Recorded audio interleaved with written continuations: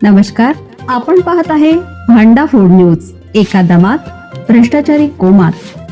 Social media, कर्जबाजारी, गुन्हेगारी, सट्टेबाजी, चोरी, मटका, जुगार, दारू, सावकारशाही, न्यायाच्या प्रतीक्षेत प्रशासन. भांडाफोड न्यूज. एका दमात भ्रष्टाचारी कोमात. मुस्लिम गोरक्षक दलाने गोवंश पशु खरेदी विक्री रोखली.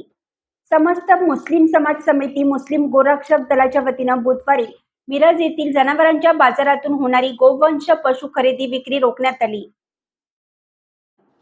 यावेळी कार्यकर्त्यांनी गायी व बैलांची मुक्तता करत गो संवर्धन आणि संरक्षणाचा संदेश दिला.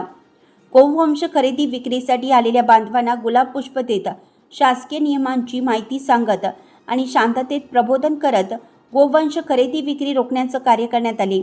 गाय ही राष्ट्रीय पशु म्हणून घोषित झालीच पाहिजे अशी भावना यावेळी व्यक्त करण्यात आली. काही गोरक्षक राजकीय हेतूने हिंदू मुस्लिम समाजात द्वेष आणि तेढ निर्माण करण्याचा प्रयत्न करत असताना सांगली मिरज कुपवाड येथील मुस्लिम बांधवांनी प्रत्यक्ष गो संरक्षणाची माहिती घेत आदर्श उभा केला.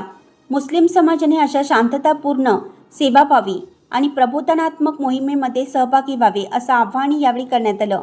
यावेळी आसिफ बाबा, युनुस महात, सलीम पन्हाळकर, मुत्सर मुजावर, अक्रम शेख, हांजल बावा, रफिक महात, मौलाना इर्शाद शेख, टिपू इनामदार, सूरज तांपुळी, मोहसिन शेख, समीर मालकावे, वाहिद कुर्णे, शकील काझी, हैदर पठाण आदी उपस्थित होते.